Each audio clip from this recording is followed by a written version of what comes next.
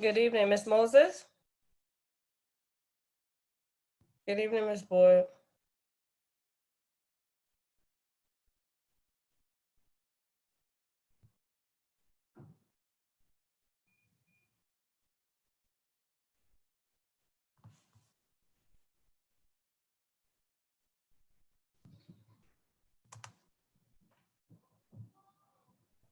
Hey, how are you, Miss Moses?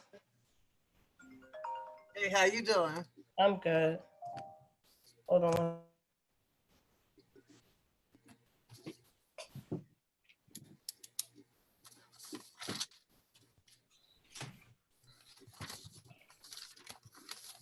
Hello, Miss Hilton. Hello, Miss Moses. Hey, how you doing? Hey, Miss Boyd. Very quickly, Miss Moses, I just want to let you know we've had some Zoom bombers last week in one of our meetings. What's that? When people come into your meeting and try to disrupt it by either cursing, they enter the meeting as if like a regular participant, but they do disruptive things to kind of disrupt the meeting. Oh, I gotta see this. Yeah, it's very crazy. So what I'm going to do is was it a protest? No, it's kids sometimes that do it. It's something I looked it up online. It was my first time of experiencing it for the Youth Services Committee. Essentially, they just come in and disrupt the meeting. They make noise, play loud things in the background. It's called. Yeah, but can't you just mute them? No, I'm going to expel them from the office. But they come in under the guise of being a normal participant, and then during the course they wait for the meeting to continue, and then they do something disruptive. Oh. So what I'm going to ask is for anyone who's not a committee member for a name that I don't recognize, I'm going to ask Ms. Moses if you don't mind if I stop, let the person identify themselves. If they don't want to identify themselves, then they're going to be asked to leave the meeting. Okay. That makes sense. So that we have 10 members. From what you sent me, right? Yeah. See, we have someone here that I'm not familiar with. Give me a second.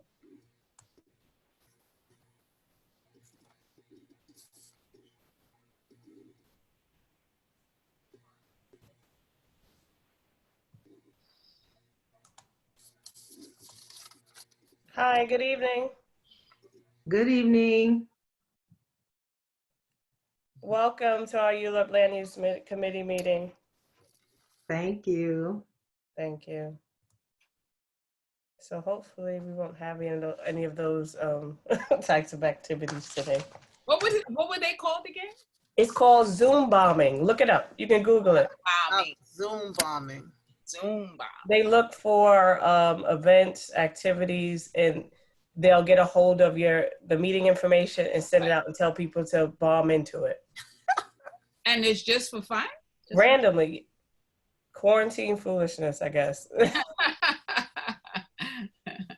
So when you went to mute them, you couldn't even mute them? The thing was, you can mute and try to at the same time try to get them out, but there were 2 or 3 people who came in under Jane Smith, like regular names. So it's like, oh my God, you're trying to. It's kind of disorienting because you have the chair that's trying to speak, and then all of a sudden it's a random noise. You're like, what's that? And then I guess it's like a planned activity, and then someone's yelling, and then it was horrible. We had to restart the meeting. Really? Yeah. Had to expel them and restart the meeting. Yeah. And how many people were there? I think it was 3 or 4. Okay. But it was kids. We can definitely tell by the voices it was kids, young adults. Wasn't you, Alicia? Nothing better to do. Remember when we used to get on the phone and call the operator? I know I used to. Oh, I bet. When you're a kid, and then they tell you that they're gonna call the police on you, and you get so scared you hang out. Yeah. But I guess these kids are getting a little bit more sophisticated. Exactly. For online activities. Crazy. I remember I used to talk to the operator. Good evening, Erin. How are you? Hi, I'm good. Sorry, it's extremely dark in my little room here. I'll probably go find a light to turn on in a second. Okay. Give me 2 seconds. Sure. But I think that's going to be the virtual protocol from now on, even during Okay. general board, even though it might be, you know, a little bit more lengthy, because we can't have that type of distraction during a general board meeting. Yeah, that's going to be a problem because you've got a lot of participants in a general board meeting. Yeah, we might have to just require registration so that only people who are truly interested in being there will be there. But that's something I'll bring up to executive, mull it over at the board. Yeah, because there's a whole issue of it being open. Like, you're Right. not really entitled to prevent people from attending. Yeah, we just have to kind of monitor the waiting room heavily. Yeah, I mean, wow, yeah. That becomes another layer of, Another tag, but maybe somebody can help you. yeah, between Khalid and I. Yeah, you know, one person takes the waiting room and tries to. It's just, I think it's especially hard when you have so many board members who are calling in and trying, I think, you know, trying to get the votes done when people have to take time to like unmute themselves, and it's. Yeah, see, the thing about, yeah, that's so true. When using the phone, people don't take the time to figure out what the controls are for the phone, to unmute yourself and mute yourself. Yeah. I wonder if there wouldn't be a good way for us to do like maybe even just like a video training session that you could send out to people so they didn't have to like log on, but to help them so that they can know what to do. Because I just feel terrible every time we do a roll call vote and, you know, Alejandra's calling the roll and you and Khalid are trying to like figure out who's talking and figure out who's. Yeah, or somebody randomly unmutes themselves and it's like, well, I hear television. We're trying to make the best of this quarantine world. Hopefully. I know, you guys are doing a great job. Appreciate that, thank you. Hi, Nicola, you made it. You saw my email. And once I stopped, I saw that the cancellation is for next month. Oh yeah, that notice will go out separately. Yeah, so that's what I saw as I was driving, like, oh, the meeting's canceled? What's going on? So that, okay. That was me. I made a mistake. I was trying to be ahead of myself and put the next meeting November down. And then I realized that what happened was I changed the meeting. I didn't know that. I thought I was just changing my own notes. So nothing is canceled for next month. It was just my error. No worries. We'll send out an additional a new calendar invite. Right. That was my next meeting date. And I thought I was just putting it on my calendar. And I looked around and was like, oh, I said, oh, no. It went out to everybody. Oh, no, we're good. Hey, Nolan. Hey, Warren. Hey, Nolan. Hi, Miss Bryant. Everyone, how's it going? Hi, everyone. Hi, everyone. Hi. Hey. Good to see you guys. It's been a while. Yeah, I'm going to wait a few more minutes for some other people to come in. Yeah. How you doing, Nolan? I've been all right. You been good? Yeah, can't complain, all things considered. Okay. Yeah.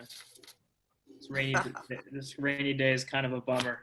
I haven't left my house at all, so that's kind of, you know. You know what?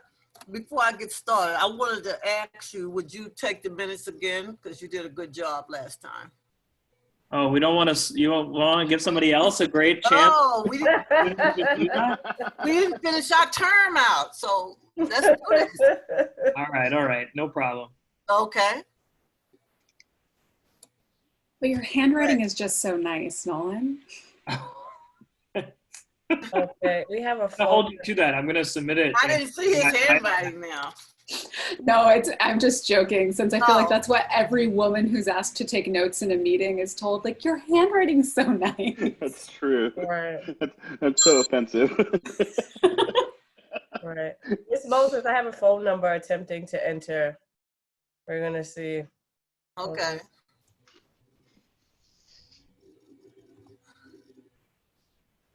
We got Zoom bombed last week at that panel. Right, and that's why we have. Right, that's exactly why we're like trying to filter this out, filter the waiting room out. Hi, good evening. Good evening. Who's this? This is John Craver. Hi, good evening, Mr. Craver. Welcome. Thank you. Who am I speaking to? You're speaking to Mia Hilton from the CB9 office. Okay, I knew.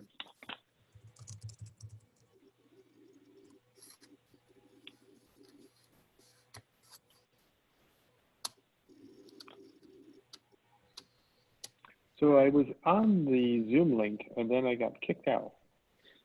Removed from the meeting, I guess. I was removed from the meeting somehow. Wow, hold on. My waiting room is empty. I just saw the number appear. Okay, so then, yeah, then I tried the mobile, that's I'm speaking to you through my phone. Got it. Okay.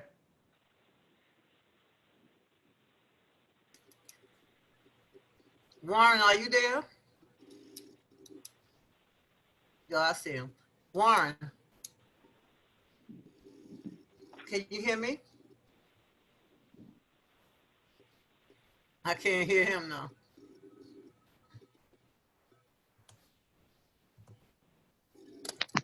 He's unmuted now. Warren, I think you unmuted. remuted yourself.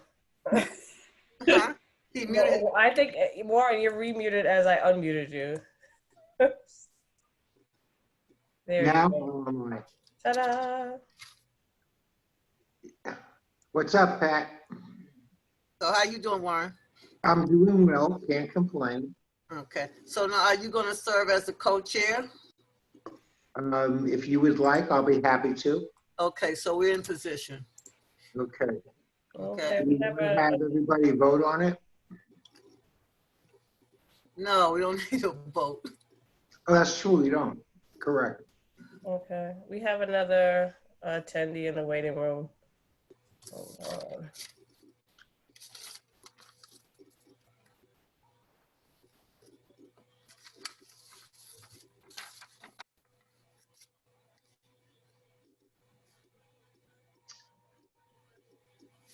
Hello, Monica Palta. Yep. Hi, good evening. Hi. How are you? Good. How are you? We're just filtering through our guest list as we've had some Zoom bombers. Okay. Thank you very much for bombing. Thanks. Is this Suki?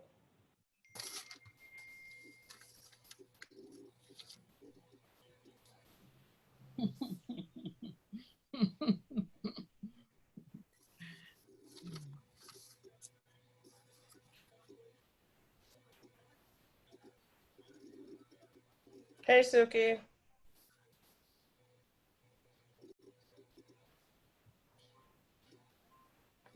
And I have one last phone number attempting to admit this. Okay.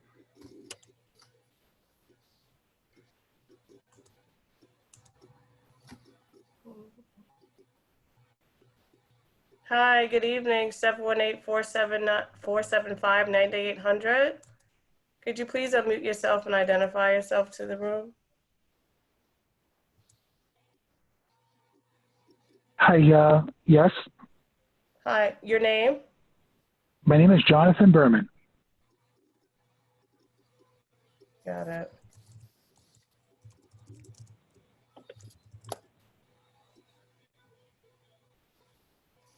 Okay, we're at 14. I'm sorry? Oh, no, I'm sorry, I was speaking to the chair. My apologies. This is the ULURP meeting, no? Correct, yes. I was just speaking to the committee chair, Ms. Moses. I was unmuted. I just wanted I'm sorry. Please forgive me. Since you called in by phone, I just wanted to rename you on the screen. Great. Thank you so much. So I'm going to start the meeting at 7:15. I'm going to give them 5 more minutes, whoever it is that's coming in.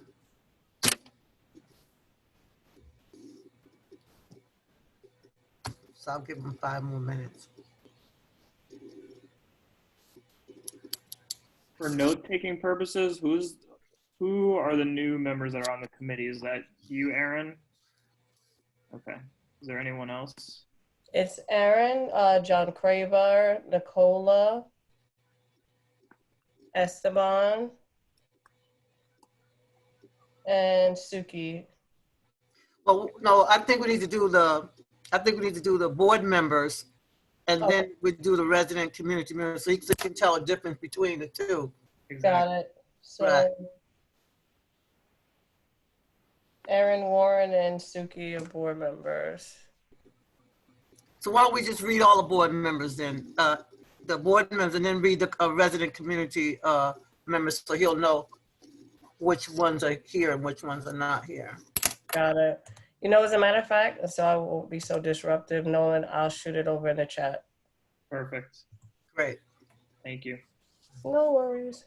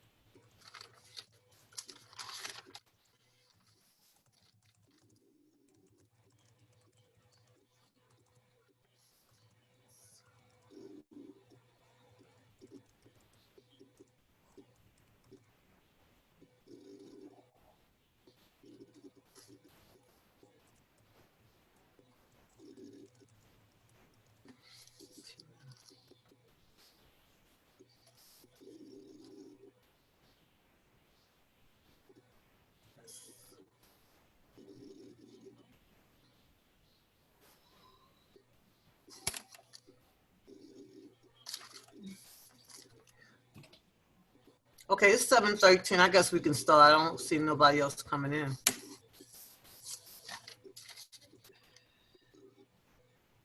Okay.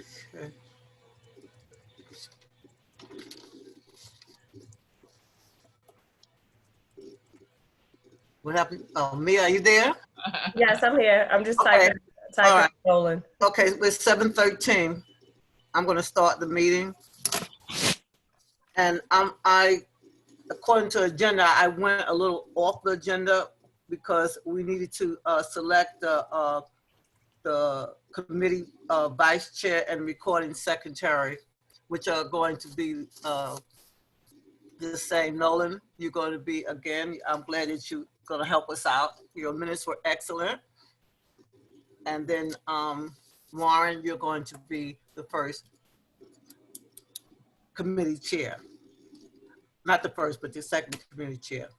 In other words, if in the event that I'm not able to conduct any meetings, Warren will conduct the meetings. And then I'm going to say, if any reason that Nolan, you can't attend the meetings, I'm going to ask Suki if she would be your because we have to have some meetings, some minutes, regardless. Is that okay with you, Suki? Oh, you're muted.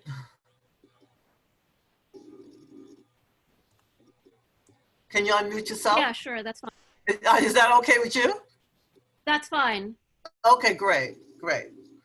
So anyway, I'm going to call the meeting to order, and it's just we're going to follow the same rules that we normally follow when we have committee board meetings. It's the rules of order for community board meetings. And just to make a long story short, we just ask everybody to just respect each other's opinion. What's good about this is now we can mute people. You know, in a live meeting, you can't. We can mute you now. We're just asking that, you know, everybody get the opportunity to speak and that we do listen to everybody. And especially, you know, we have people, you know, from the community and whatnot. So we're going to follow that. We're going to respect one another. Now, we're gonna go into. Before you start, can I just find out who are the members of this committee? Because we don't know who are the members of the committee, and whether they are community residents or CB9 board members. Okay. Well, I was going to welcome. What I'll do is I'm going to welcome all of the committee members, and of course the community guests. So who's gonna? Nolan, do you have all the names that you can read off? Yes, I do of the people who are present today.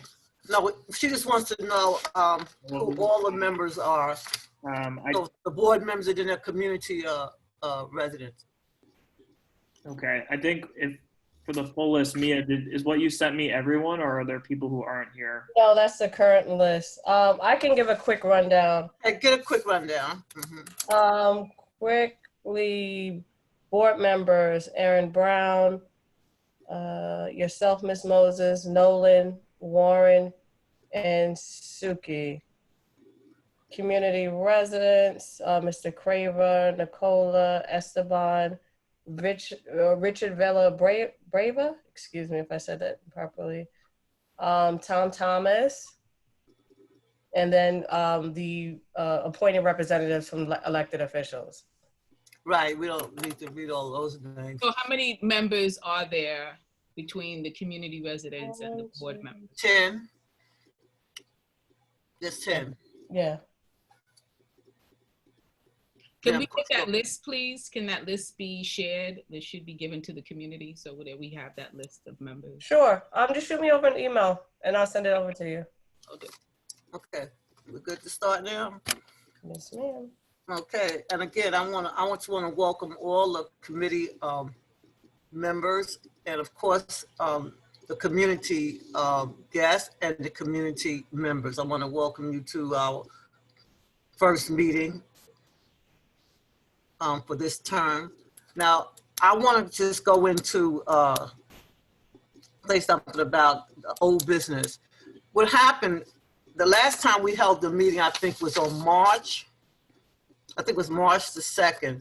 And at that meeting it was like a training. And I think that was the last time that we held a meeting, period, for the community. And after that, I think what happened was everything got shut down. You know, the COVID-19, we got shut down. So we're going to continue with the old business. And I just need you to help me out if I'm going a little wrong. But so our last meeting was on March the 2nd, which a ULURP training was conducted. Old business again. I'm going to need a update for on the 40 and 54 Crown Street court case. I think that's Alicia. Can you update us on that? Yes. At the time in March, I don't know, is everybody familiar with the court case or would, okay. Give a brief review. So I'll give a brief overview. We have a large swath of land along the Book and Botanic Gardens that was downzoned in 1991 to protect the Book and Botanic Gardens from shadows and also protect the community from oversized development. In 2014, there was a massive amount of buying along that perimeter. And then there was a push within the community board to do a massive rezoning. The community fought back against the rezoning and we were very successful in stopping the rezoning. And then the developers decided to do it privately and put their own private applications in, and Cornell Realty Management was that developer. And there were 3 development sites classified as A, B, and C, and Cornell owned A and B, and they positioned themselves to get a rezoning. The community board said no to it. Borough president said maybe, and the city and everybody else said yes, and it passed into law. In 2017, we filed a lawsuit 4 months later in April of 2019. And the developers have been fighting, basically making the argument that that we didn't have the right parties and that the statute of limitations had run out and we couldn't correct that wrong. The judge, after a year of testimony, had ruled in our favor, and right in March, they were running to the appellate court for the second time to try to overrule Judge Bodie's decision not to dismiss the case. They violated the temporary restraining order twice, where members of the community got arrested, including myself. But we've been able to maintain the temporary restraining order, which is now a preliminary injunction. And then Covert hit. We finished up the paperwork at the appellate court for the second time, slapped the developers back down and said, no, the judge looked like what he did was okay. And you're just going to have to live with what not having the case dismissed. And then last month, in September, via virtual, we had finally arguments on the merits of the case, which is basically the reason why we brought the lawsuit.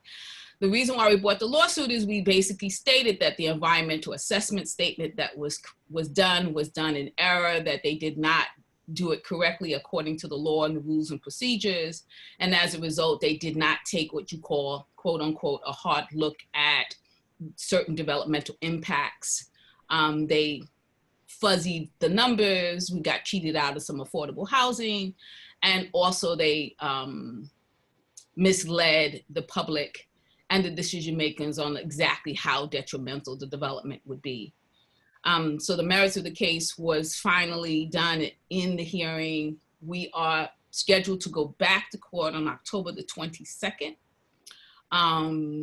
because there's 3 outstanding motions still in front of the court, 2 because of contempt of court motions when they violated the temporary restraining order twice, and a sanctions motion when one of the developers told a witness, the lawyers told the witness not to show up and told the court that they were trying to get the witness to show up, but they actually told the witness not to show up. And the witness then came and said, oh, I didn't come because they told me not to come. And these were all lawyers, by the way. So anyway. Tell them who the we is, because the we is not the community board. I'm sorry? Tell them who the we is. Oh, we, right. We is not the community board. Right. We are of the community residents in the community. This is a pro se litigation court case. That means is that myself and others have filed the lawsuit. We are not attorneys, but we handle ourselves very well in the court of law. And we've been very successful. There's been about 23 lawyers now that have been assigned to this case, about 7 law firms. And we have been slowly but diligently prevailing in the courts. We do anticipate one more hearing on the merits and the sanctions motion, and then there should be a final decision. So we're thinking possibly a final decision sometime in November, December. Okay, thank you. Anybody have any questions? You can put it in the chat box there. Any questions? I guess not. Okay, so thank you. You're welcome. Mm-hmm. Okay, on now again. I'm gonna. This is from the dates I wrote down. On February 3rd, I think Ms. Boyd raised concerns about 960 Franklin Avenue site draft environmental impact statement. Our previous committee members passed a motion 7-1 for Community Board 9 to submit a request to the Department of City Planning for this draft. Now, I don't know, I didn't get anything, so do you know if we did that, Mia? Per the portal, we've received no updates on 960 at this time. Yeah, we also filed the FOIL for the same piece of information, but because of the COVID-19, they just did not respond back. Okay. So I think it might behoove the community or the ULURP committee to resubmit or act or put it under the initial one and say this is a second request. Could that be done? Yes. Yeah. Okay, so that, yeah. Okay. And that's all I have. Oh, so I'm sorry. Go ahead. Also, 960, they went and resubmitted an application for 960. 960 resubmitted a new application, an updated application. And what they did is they changed the number of buildings from 5 to 2. But it's still the same height and it's still the same amount of residential units. I was unable to obtain the entire application, so I did FOIL for the application. Do you guys have an updated application? No, because I went in and I didn't see any updates because they said that again, you know, I mean, nobody's in the office, so they're doing everything virtual. So I didn't see any update. I saw the same information that was there from last time. I didn't see any new attachments either when I attended. I didn't see anything new. Well, there is I went in on the application. website. There's a new application that was submitted in September of 2020. So it is a new application. And so again, we will ask you to ask them to give you the updated application, because there is a new one. If you look on the portal, if you go to the city planning portal, it states in one of the milestones that an updated application has been submitted. Because it would be nice to see what the parameters are for the new application. Okay, because like I said, when I went into the website, I didn't see any really updates. Everything was like. It's in milestones, you said? Yeah, if you go onto the portal, it's right. It's just underneath milestones, city planning, and they have a milestone page, and it shows that. If you want, I could send that. Would that be helpful if I send it to you? I'm gonna log on now while you guys are. Okay. Yeah, if you log on and you put in it, you'll see it. Yeah, if you go into that. Actually, it's September 22nd. September 22nd? Yeah, so it says a land use, so the November 4th last year when it was filed, it was revised on April 30th and then revised again on September 22nd. So they changed something twice now. Right. And the only thing that I could see that they changed was the number of buildings. Like I now see 2 buildings instead of 5. But I still see the same amount of residential units. So they just made them fatter. Right. Okay, so. But I can't see the plan, so I don't really know. Yeah, so, that's what I'm saying. When I went in, I didn't see any more information. So I guess I'll follow up with that and we'll see what's happening with that. And Ms. Hilton, could you ask them to give it to you? Because you should be able to get it without a FOIL. Right, yeah.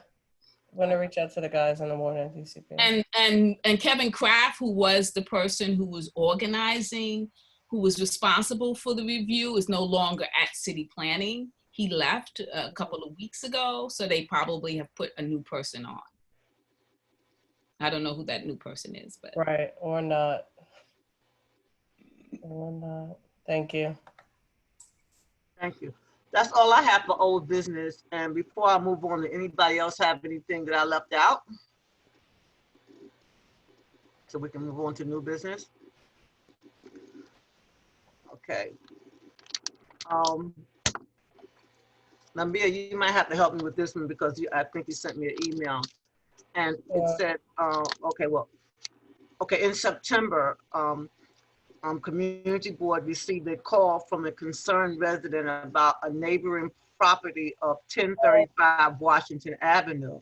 Yes, their concern is that the same management company also owns 1015. Now, my understanding is 1035 Washington Avenue is on the corner of Sullivan. Yes. And according to the owner, accordingly, the owner recently combined the lots, which were R8, R8A and R6A zoning. Now, evidently, whoever, I don't even know who called it in, I think you had let me know that someone had concerns about that. What I know, I'm just going to tell you a little bit of what I know about it. Yeah. I don't know about the two lots being combined, but I know that on Sullivan, was it on Sullivan? Yes. Okay, it's supposed to be a 12-story residential building. Right.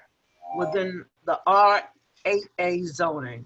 Now, this is what I didn't understand. It's supposed to be 49 residential units, and 11 of them is supposed to be for affordable resident seniors. But yet, when I read about it, they talk about a senior residence, but they only have 11. They only have 11 units in there out of 49. Right. That's what I understand. So, and the construction was to start in August. Now, I don't know if the construction started in August.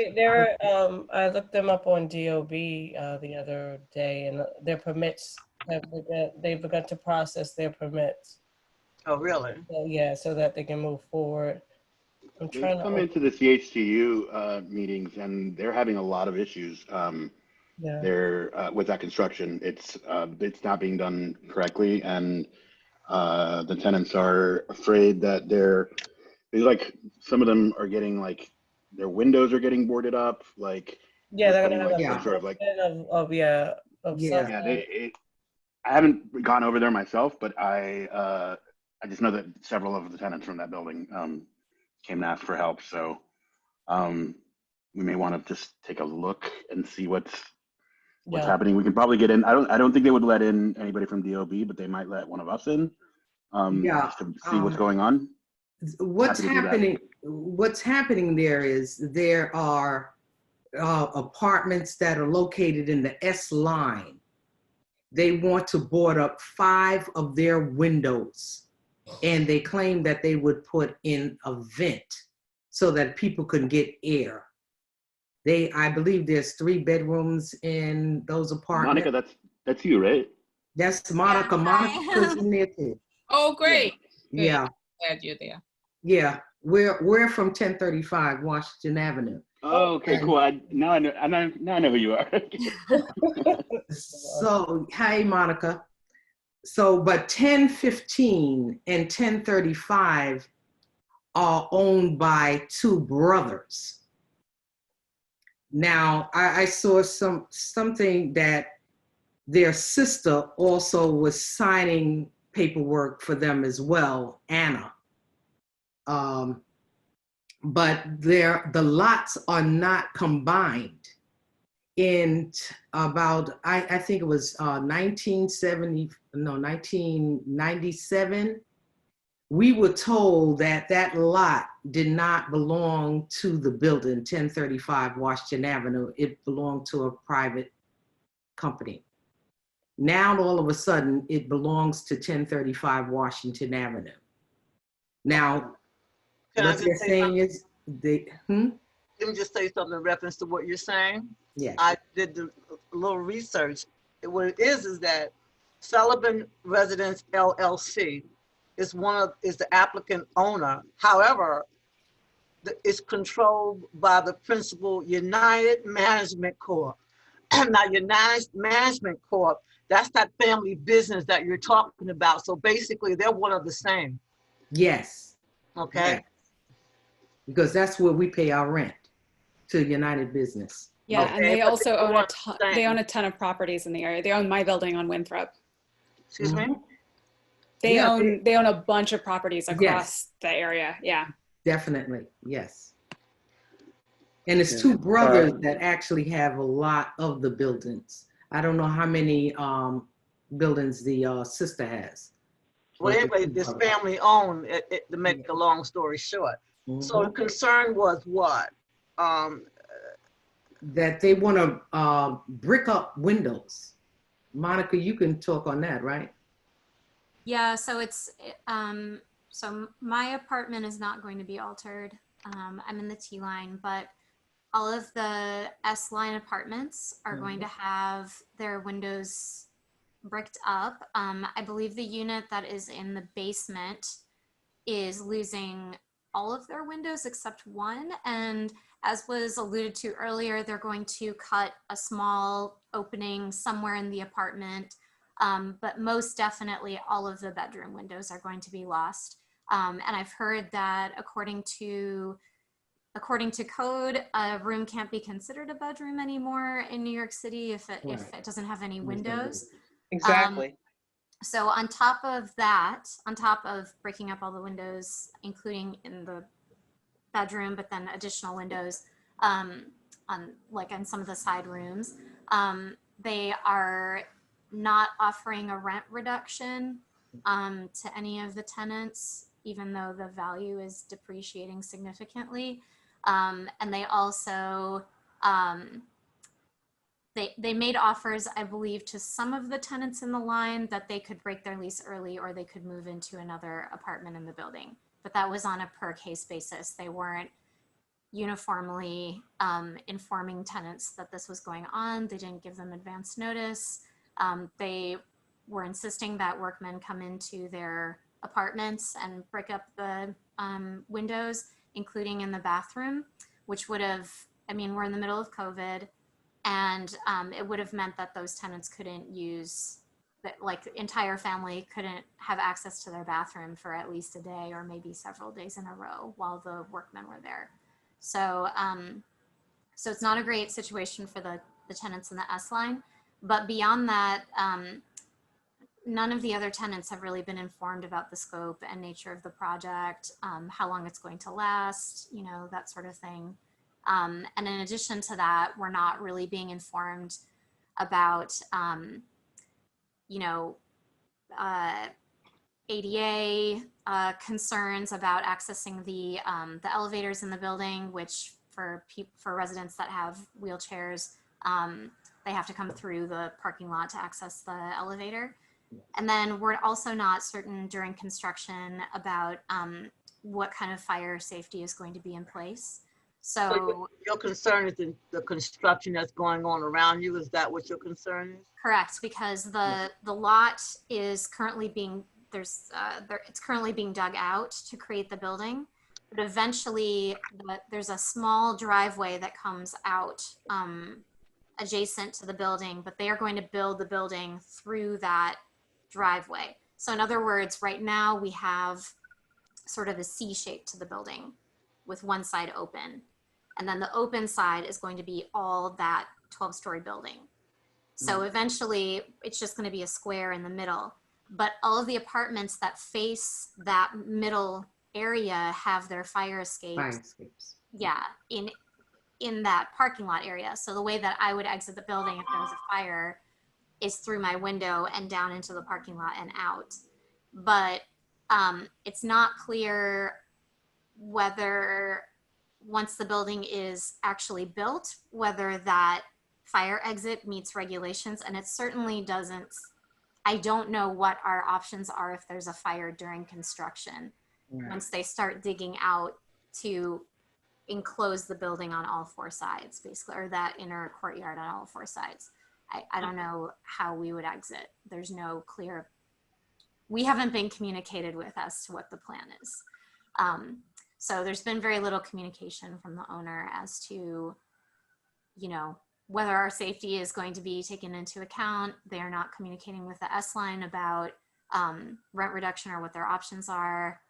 They're insisting that workmen come in for multiple days to do work in the apartments. And yeah, and a lot of us are working from home.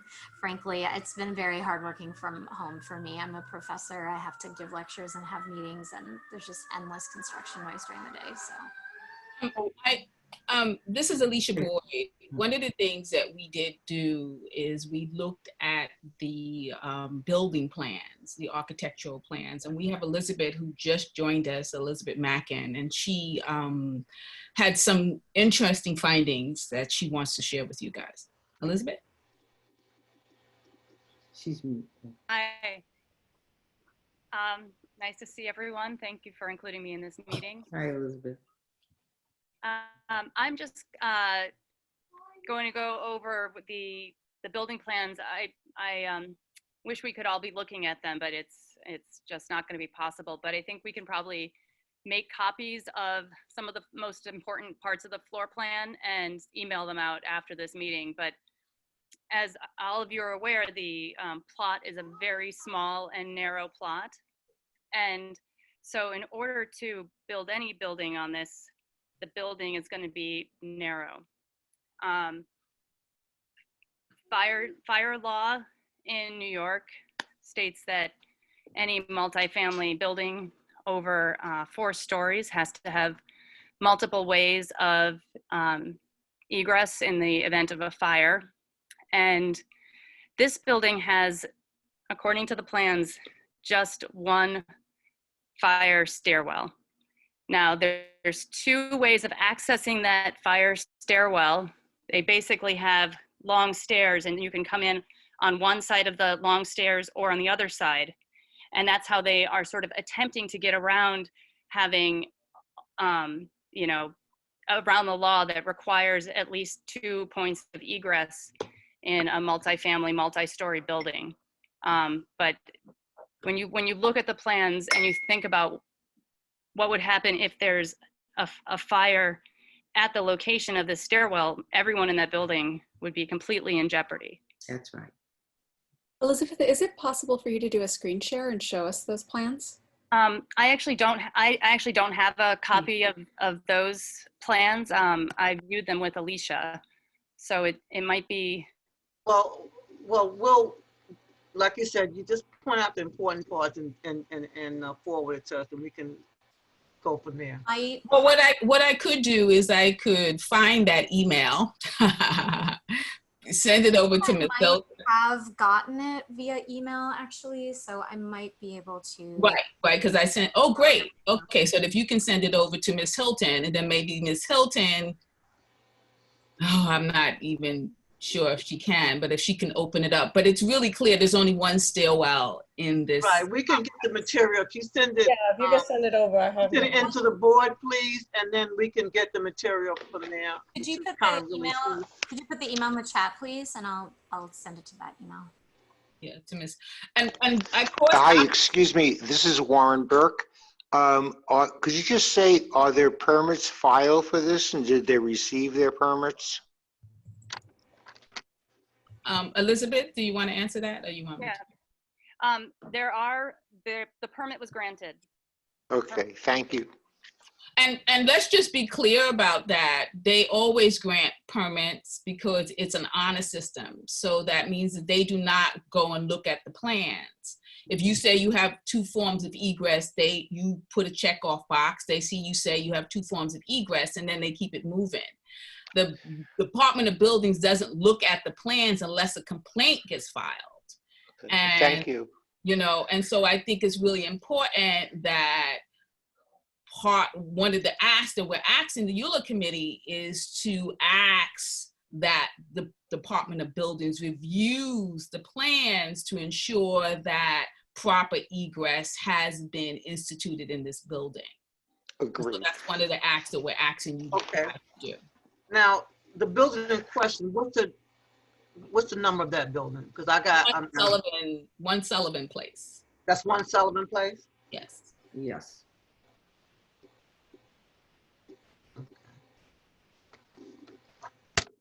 All right, anything else?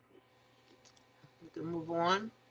I know that Monica was covering this, but the way that I just really want to emphasize that it completely shocking to me that fire escape has been handled in this case with both the existing buildings and the proposed building, because there's just no practical way for the tenants of the current building to leave their building using the fire escapes that are in that current courtyard once the new building is built.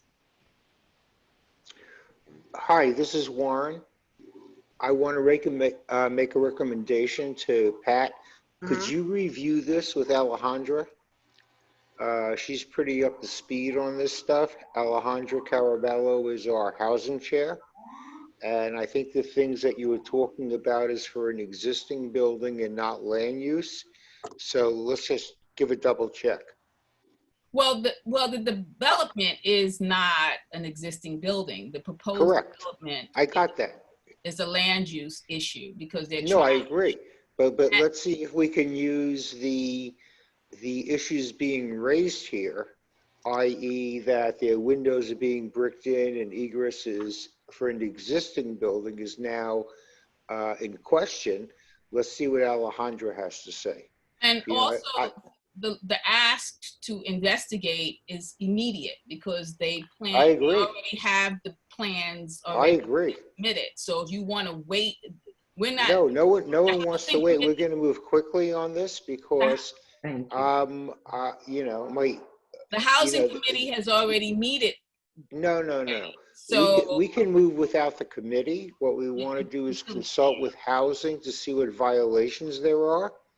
And then we can do that very quickly. You're not supposed to move without you're not supposed to move without the committee. You're supposed to put a motion on the floor to the committee. Well, let's hold on. We're in discussion right now.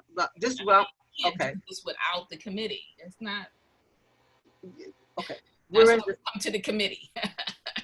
Now, so let me get a clear understanding. So there's no problem with the building that's getting ready to go up. Am I correct?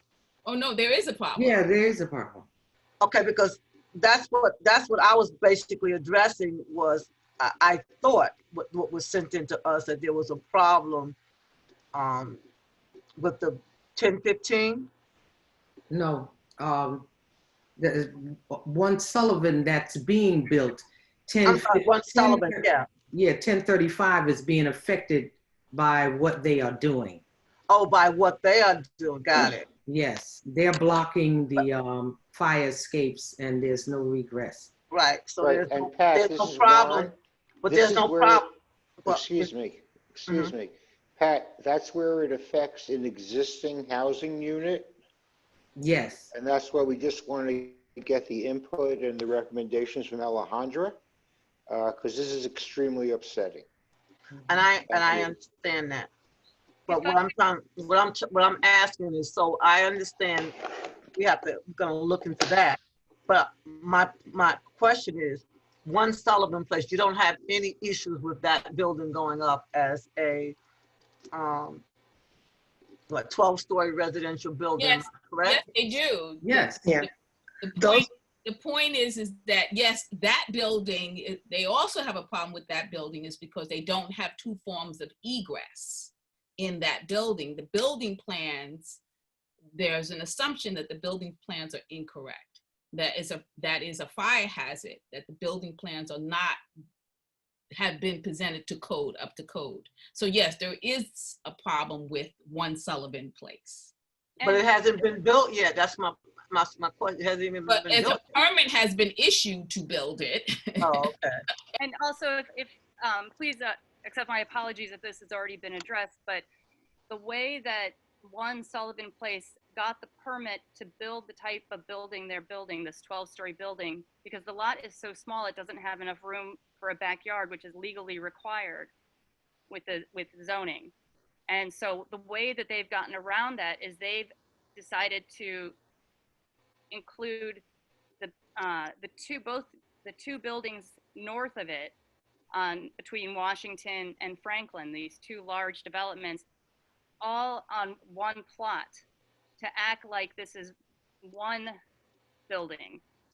And so therefore, by changing the plot itself and increasing it, they're basically trying to take, you know, they are using the existing courtyard of 1035 Washington as their sort of quote backyard that's required by zoning. And so all of these buildings are relevant to the new building because they're changing the plot. And we could probably send out some documents that make that more clear so that everyone can see exactly which buildings we're talking about. Right. Can you send it to the community board office? what you're talking about? Yeah. Okay. Okay, anything else before we move on that subject? Well, is somebody gonna place a motion on the floor for you guys to ask the building Okay, department? I'll make a motion that Pat confer with Alejandra to come up Okay, that's the end of that one. violations and write a letter to the Department of Buildings to ask for a stop work order. Well, I need to understand what it is first before I do that. You know, I want to read the materials. I don't want to just do stuff like that. And you can't do that anyway outside of a committee. Yeah, you gotta. Please. Yeah, I need to read and bring it forward. The documents have been dropped into the chat.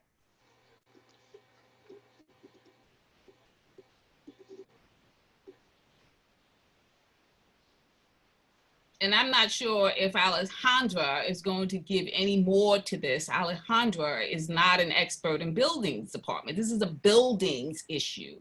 It is not a housing issue. It's a buildings issue. So that's talking about building codes. Alejandra is not an expert in building codes. So what is she supposed to give except delay the inquiry? Right. And I'm not asking for a stop work order. I'm asking for you to just inquire to the Department of Buildings to review the building permit. It's really simple. Like, hey, CB9, we have some concerned citizens. They're concerned about their building. Building department, can you please review the building plans to ensure that they comply with zoning laws? Alicia, also, I happen to have a meeting with the DHCR commissioner next week, and I can bring this up because it's 421A, and also because the rent reduction was never, like there was no rent reduction given, so maybe able to put pressure on them from DHCR. Kind of hit or miss with their commissioner, but it's worth a try anyway, I think. Yeah, they're 421A. They're going to be 421A. Yeah, because they're asking for 421A and they're also asking for funding from the city because of the 11 affordable senior citizen housing that people have to be making $80,000 for. Right. It's definitely not for seniors in our neighborhood. Mm-hmm. Okay, so hey everyone. Oh, sorry, this is John Craver. A new resident, John Craver, a new residential member of the. I'm looking at the New York, the DOB site, and I'm looking at the plot plan, and it looks like they're combining the 3 lots for this development, which is 1015, which is on tax lot 77, 1035 on tax lot 85, and then the undeveloped area, which is tax lot 95. So they've submitted it as one large development, even though the only new building part is what's on that small undeveloped area currently. So it's an interesting, devious a way of using adjacent buildings to. They're probably taking air rights from those existing development, their lots, and that's why they're able to increase the size of the new building. So a 12-story. They are also cantilever. They're doing a cantilever over. They're doing some, at the B line. So they actually are going to go over the existing buildings and then they're going to go up 4 more stories. And it's not necessarily air rights. This is an R8A zone, so they have the right to do 4 stories. So they have that right to go that high. The question is, do they have the right to not have, proper egress within the building, and whether they even had the right to combine the 3 lots. Right. And I added a link to this, the building job documents that we were just talking about, where you can see what they're sort of incorporating in the new building plan. But then if you go to the virtual folder, which I can also link to, you can see the combination of the plot diagrams. But the link that I just put in the chat will show you sort of a picture of the building overall and how they are using the pre-existing courtyard from the adjacent property as the backyard for the building.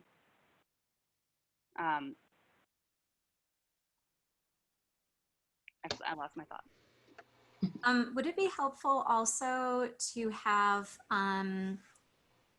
the construction workers provided floor plans for the scope of construction within the S-line apartments, showing like which windows will be taken out and the scope of work and how long it'll take and so forth? Would you like that email forwarded as well? I think that would be helpful. Okay, all right, I'll do that right now. Same address, right?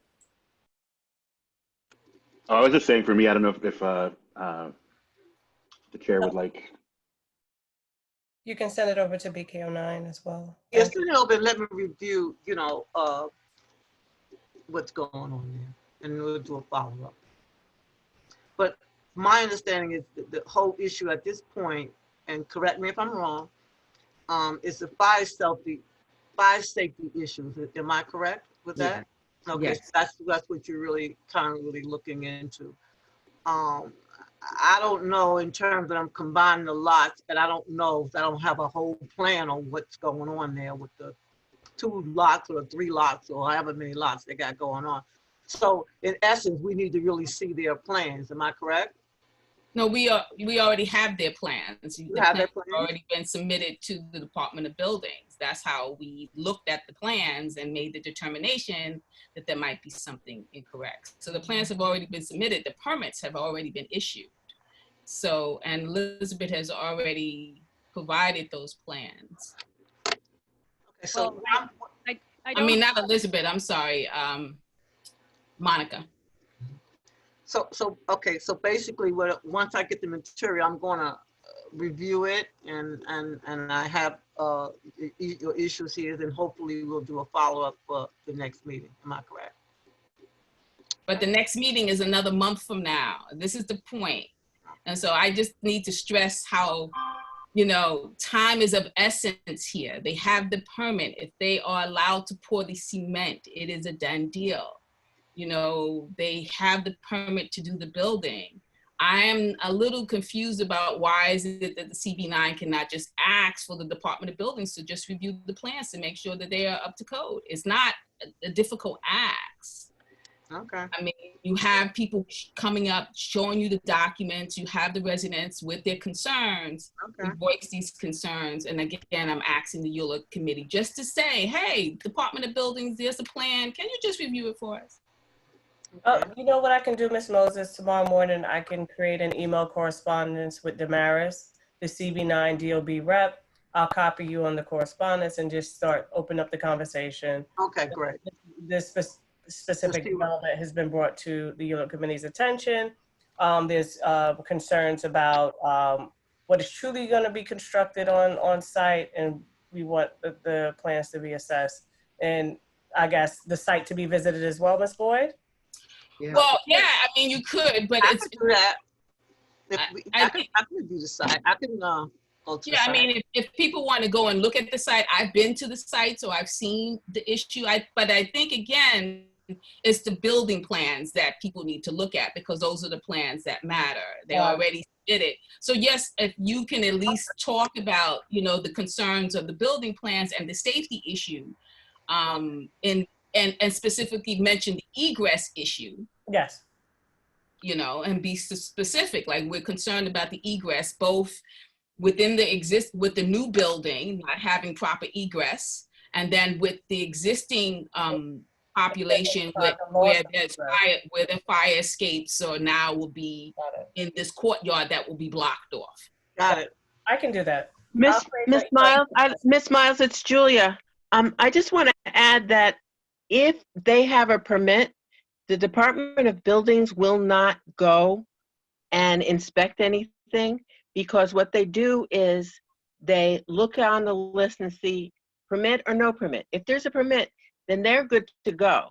So we have to stop them prior to anything else happening, because they are going to act as if it's status quo if they have the permit. But we need to review the plans first. I hear you, but we have to review the plans first. I want to see. And I think that Alicia's correct. We need to ask the Department of Buildings, can we review their plans? And then we can see where we go from there. I understand what you're saying. We might have to do some email and back and forth, because you said our next meeting is not until November. Am I correct? I mean, so just so that we're clear, Ms. Hilton has said that she's going to have a conversation with the DOB, and she's going to talk about the concerns of the residents and ask them to review the existing plans that are currently in there, and specifically talk about the safety issues that are being brought up. Right, which is the five safety issues. Am I clear with that, Ms. Hilton? You sure are. Okay. Yeah, the egress, the second means of egress. Right. In the existing building, two issues: the existing the new building's egress issue, and the existing building's egress issue for the corridor. Okay, so can I ask one more clarifying question? I'm so sorry. Talking. Oh, Martha. I just had a quick question. So is there a different line of inquiry for what would be happening during construction? Because like I said, we're not sure what the length of construction will be and whether they have a safety plan in place for the duration of the construction. So is that a different line of inquiry, or is that another thing that we could potentially ask about? Well, I would say that you could include that, because that's definitely a concern. Because again, if they are going to then start building and block this entrance, you have to figure out a way in which they structure their building plans so that there's always egress. So I would think that would be important as well. Okay, thank you. Okay. So anyway, we're going to move on, and we'll do follow up on that. Any more? Ms. Hilton, you know I'm going to be foiling for that email communication. Of course. You know I'm staying on you. No worries. When should I ask for it? Because I want to give you enough time. I don't want to pressure you. I'll create the correspondence tomorrow. So I'll just shoot me an email. We know the routine, Ms. Boyd. It's fine. Okay. Thank you again. I appreciate it, Ms. Hilton. No worries. Okay. Very much. Thank you. Also, in terms of new business, and I don't remember who gave me this, but anyway, Empire Prospect LLC. Are you familiar with that particular building? Okay. A permit was filed for 169 Empire Boulevard. That's for, they want to build a 5-story hotel. And that's between Bedford and Rogers Avenue. They want to do 86 rooms there. And their permit was filed October 2019. Now, as my understanding, this was that 1-story funeral home. You remember that? There was a 1-story. They tore down the apartment. I don't know, the store next to it, and there was a funeral home right there. I think it's right where that funeral home is supposed to be. I think that's 169. That's correct. Stephen McGall Funeral Home, right? Right. So I didn't even know what. Anyway, the concern evidently was that this supposed to be that this particular organization, they normally build a lot of hotels all around between Brooklyn and Queens and the Bronx. And a lot of those hotels are turned into homeless shelters. Now, I don't really know if that's the case there. Okay. So is anybody aware of that? What's happening at 169 Empire? It's been no movement at the site that I've observed. Yeah, I know it's been a standstill. Is that a standstill? Right. As of right now, we haven't received anything as well. Mm-hmm. But, that doesn't mean anything, but I think the general concern is that a hotel appears on Empire Boulevard. It doesn't get any foot traffic, and then it becomes a cluster site for HRA DHS. It's just interesting with hotels closing left and right that they are going to invest money in building a brand new hotel. We can't support the hotels that exist. Right. Especially because Empire Boulevard, prices are pretty high. A lot of times you do those small boutique hotels like on 4th Avenue, on Atlantic Avenue, where the land is very cheap. Empire is kind of pricey. This is a pricey neighborhood. And so, but it's an as of right development. There's nothing. Just as of right. Yeah. And I think the concern was that was it going to be turned into a homeless shelter? And I really don't know the answer to that at all. I mean, that's what happened on Rogers. They were gonna. I mean, they turned it into a shelter. They sold it as it was gonna be like a luxury development, and a block from the Armory. And then once it was built, it was like, oh, sorry, we meant to tell you this was a contract for a shelter, instead of actually like putting money into actual affordable housing for permanent residents. So yeah. I also wanted to say that this particular scare was done about 5 years ago, and the hotel industry came to us and spoke to us in the neighborhood.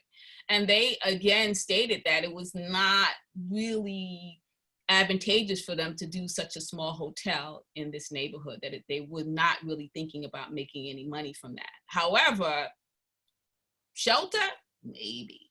Well, I don't know. I just know they're going to have supposed to have 86 rooms, but you're right. It's been a standstill. I don't know. It's because of what's going on now that it's standing still. I just found out really about it. I didn't even know they were supposed to build a hotel there. So when did they submit their plans? The building plans? It was fall 2015, I believe. Last year, right? October. October of 2019? Yeah, there's been no traction ever since. Why are we worried about that? Huh? A year later? Because nothing has happened yet. Yeah. And I'm not thinking anything's gonna happen. The DOB site says that the plans are submitted on April 15th of this year. Oh, okay. So they resubmitted it after the COVID-19? I don't know.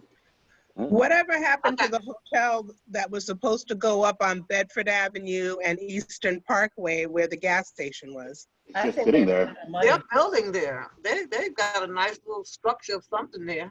But they've been. It's been there for over a year though. It's really not moving. Site in over 6 months, 6 to 8 months, right? Exactly. I think they ran out of money. To finance the project. Yes. I mean, a lot of these small projects are doing that. They're running out of money. And that's just because we're in a financial crisis. It's fascinating because Hotel Trades Council put in $160,000 independent expenditure on the last city council election to ensure that the Bedford Union Armory was approved in November. So could be that we should ask Ms. Cumbo's office if they know anything about that. No, I'm serious, because like that was a union contract that was signed. So I mean, they have to follow through on it. So like we're not getting much out of the Armory, so like might as well like make sure that the things that they've committed to are going to be done, because there's a lot of money they poured into our district. So. And think about Cornell Realty, the developers over here. They just reneged on their hotel that's right at the Flatbush Junction. They just went into foreclosure with that hotel.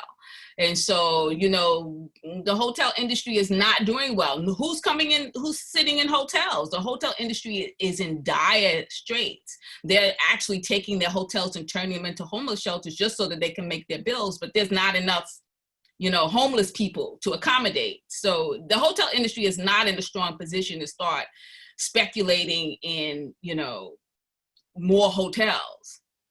But then that's just my thoughts. Okay. That's all I have for new business. Warren, do you have anything? Is he around? Warren, you around?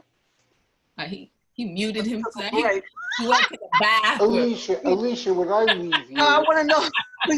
Come on. If I close out, do you have anything? No, I'm good. But thank you. Okay. I thought you took a little break there. He did. No, I was just listening. That's all. Okay. I'm learning.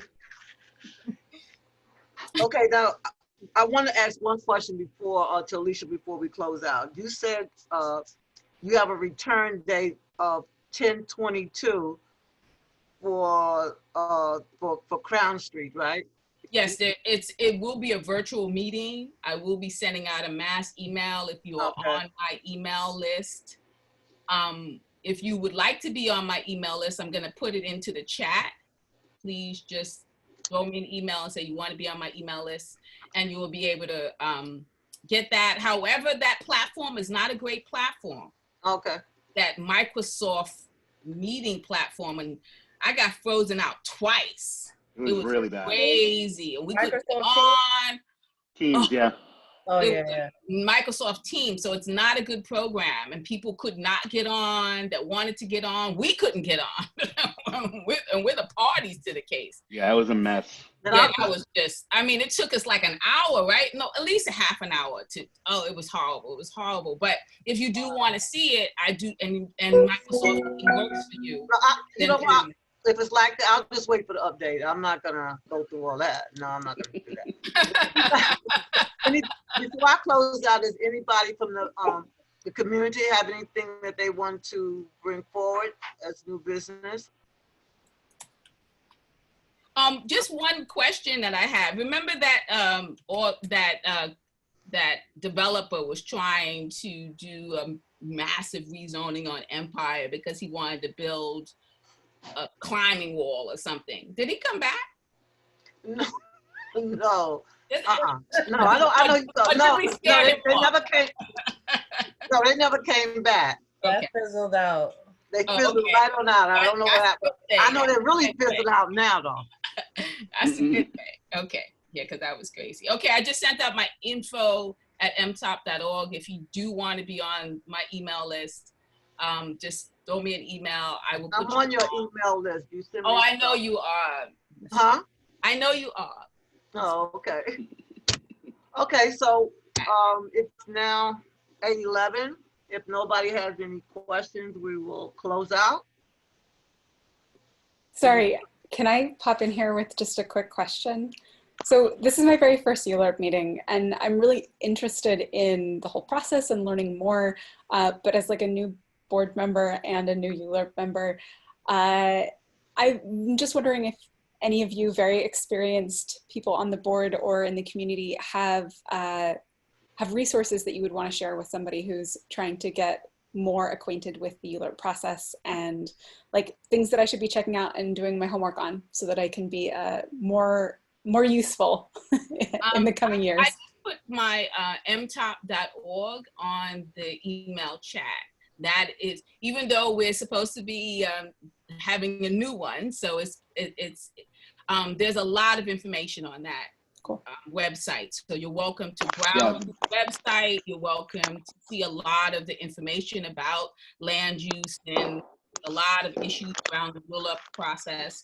So you're welcome to do that. So that is a resource. And if you have any questions, you can always just go me.